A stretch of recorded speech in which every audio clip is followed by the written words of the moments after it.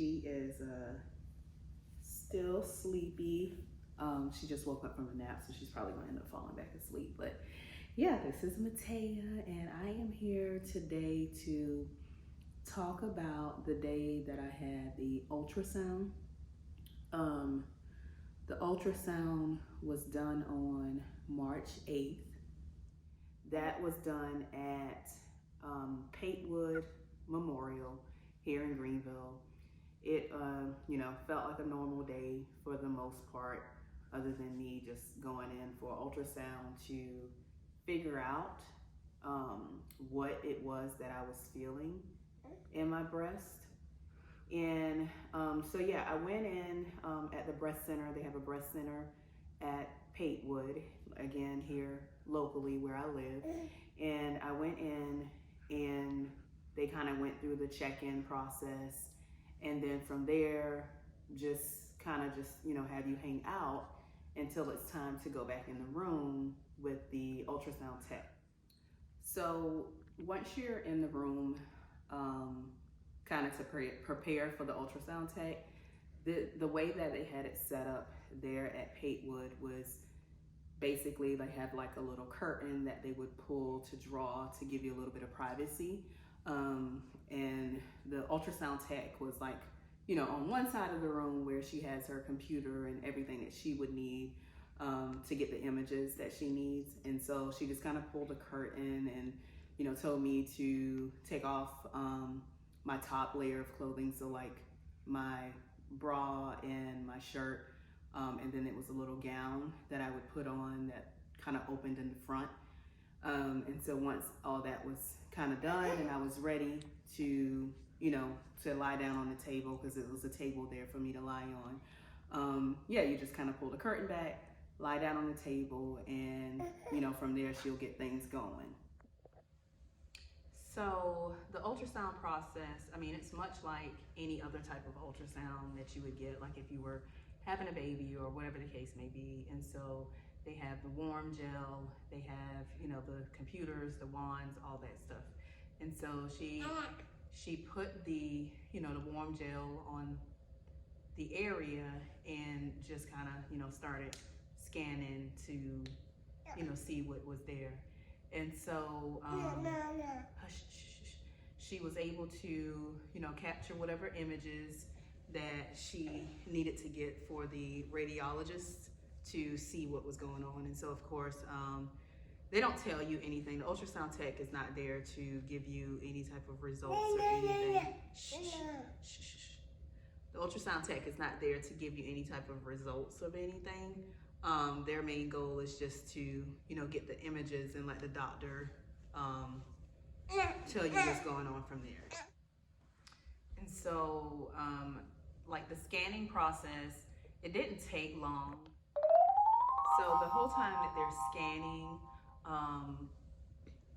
you want to say like, what's wrong? What do you see? But just me having a medical background, like I said, I know like, she's not able to tell, anything that's diagnostic to me. And so I maintained, composure and just kind of was quiet the whole time in terms of not asking questions about what was being seen or anything like that. We did talk, just random chit chat, just to make it to where it's not, total silence in there while they're scanning your breast, but there was no, no conversation in terms of what it was that she was seeing. I know that she was scanning, the area where I felt the mass.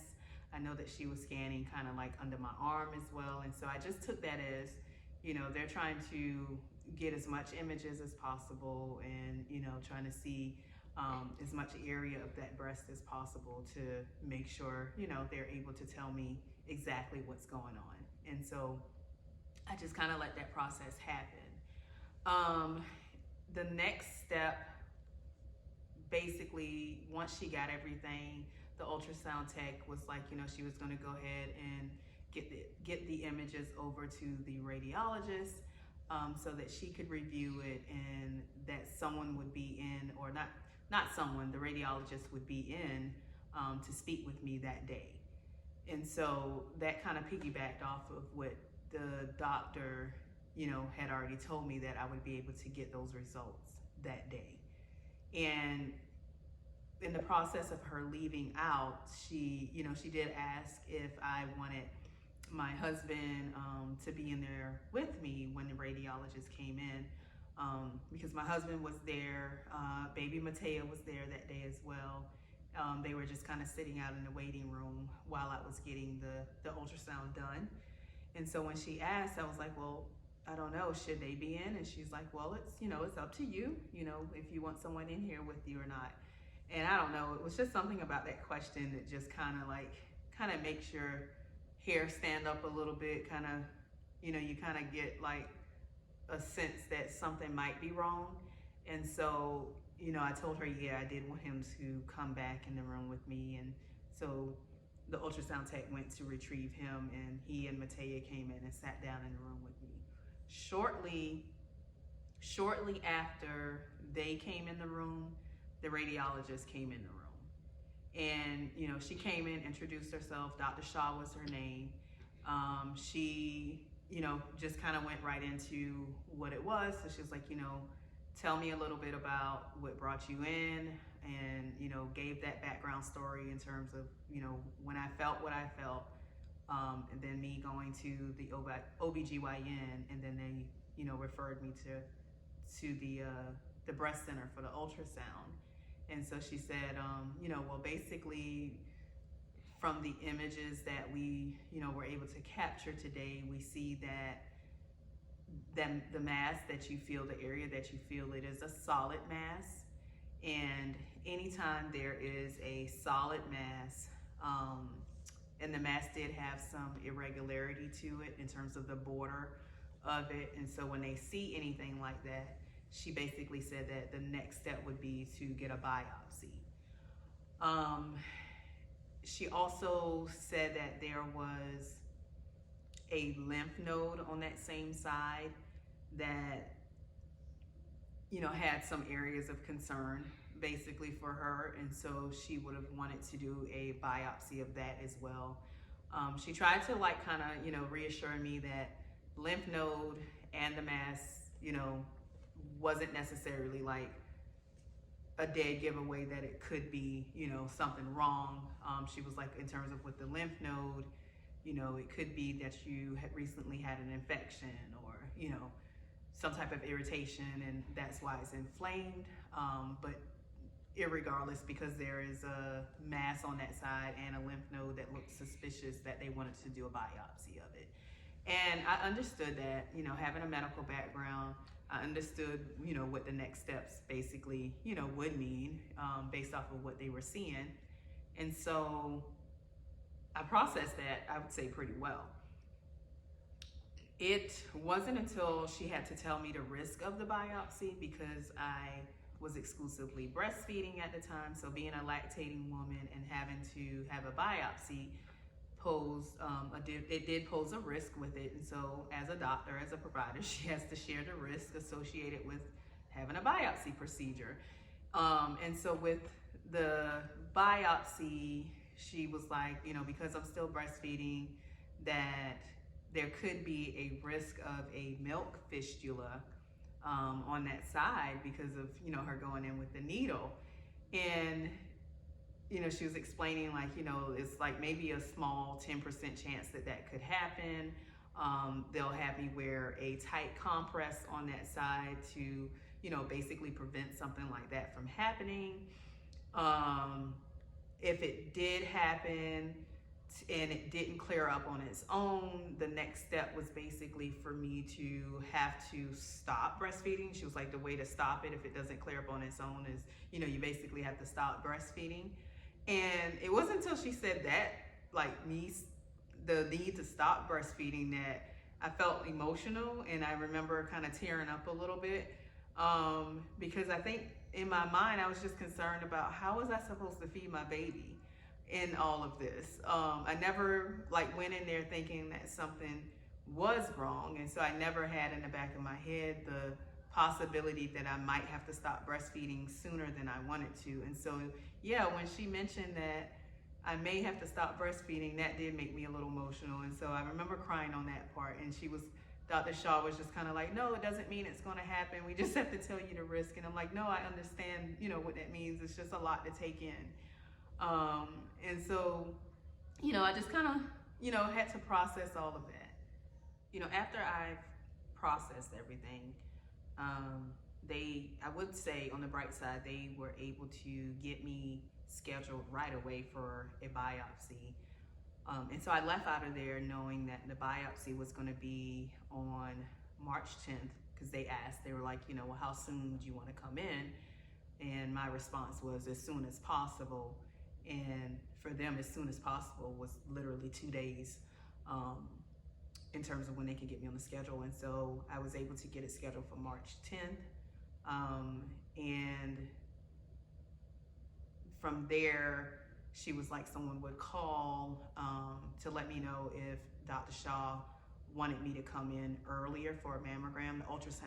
The ultrasound tech had already mentioned that when she was telling me about when I would come in for the biopsy, that there was a possibility that Dr. Shaw would want me to come in sooner to have the mammogram done first before the biopsy. And so she said someone would call to let me know if that was what she wanted to do, and they let me know what time to come in. And I left out of there, you know, scared, anxious, all kind of thoughts, you know, going through your head, because at this point it became definitely real that whatever I felt in my breast was definitely something that, you know, now another provider felt like it was something that we needed to be concerned about, or at least get more information about. And so at that point, it was a little nerve-wracking, but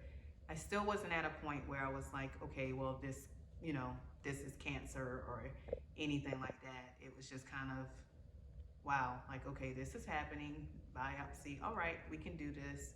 I got this, and just was ready to move forward to the next step. One thing I'd like to say for anyone that's going through something similar to this, even if, you know, if you're in the early stages where you haven't gotten a biopsy yet, or you haven't gotten, you know, your results yet, you don't know what it is. All you know is you have to go in because you felt a suspicious lump and they want to do, you know, ultrasound or mammogram or anything else, anything in addition to just going in for, you know, a breast exam with your OBGYN. I'd say anyone that has to go through anything like that, if you can take someone with you to that next appointment, I'd highly recommend it.